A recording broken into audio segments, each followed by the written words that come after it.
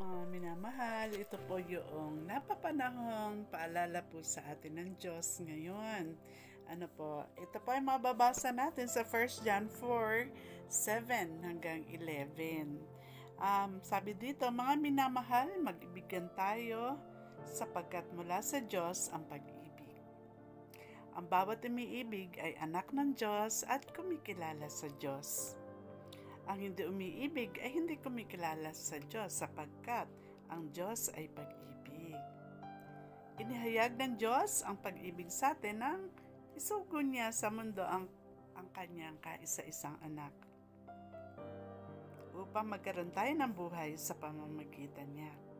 Ito ang pag-ibig, hindi sa inibig natin ang Diyos, kundi tayo ang inibig niya at isinugo niya ang kanyang anak upang maging handog para mapatawad ang ating mga kasalanan. Mga minamahal, kung ganoon kadakila ang pag-ibig ng Diyos sa atin, dapat din tayong magmahalan.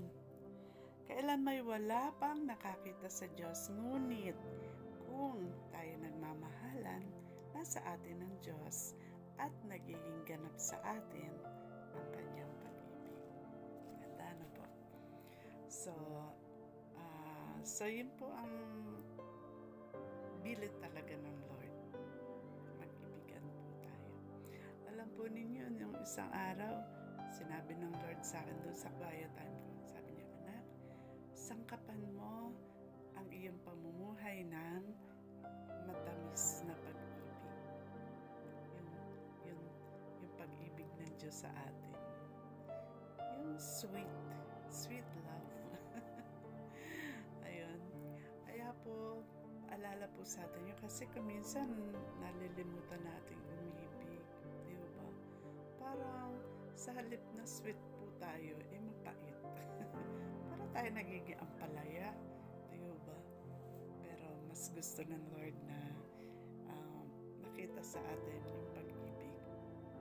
Hindi lamang sa ating mga karelasyon, sa boyfriend, sa asawa, sa anak, sa magulang, sa kapatid, Pero kahit daw po yung enemy natin, dapat mahalin natin. Well, hindi natin kaya yon on our own. Gusto nga natin huwag na nating batiin di ba? Pero gusto ng Lord ay mahalin natin even yung ating enemies. Hirap. Pero on God's grace, by God's grace, pwede po natin makamtan po yun, yung pag-ibig na yun. At iyon ay sa pamamagitan ng ating Panginoong Jesus. Kung nasa atin siya, sa ating puso, makakaya natin umibig. Kung wala naman, talagang natural lang na tayo pa ay selfish, no? Ayaw nating masasapawan, ayaw nating mga kalaban natin, gusto nating gantihan, di ba? Pero, dahil sa pag-ibig ng Diyos, kaya nating mahalin kahit hindi ka ibig-ibig yung mga taong iyan. Ayun. So, yan po yung paalala sa atin ngayon sa 1 John 4:7-11. Ang Diyos ay pag-ibig. Yan. So, ito po ang inyong lola, si Lola Madam, na nagsasabi sa inyo na kapag ang Diyos ang ating gabay, kaya saya ng buhay. God bless everyone. Bye-bye.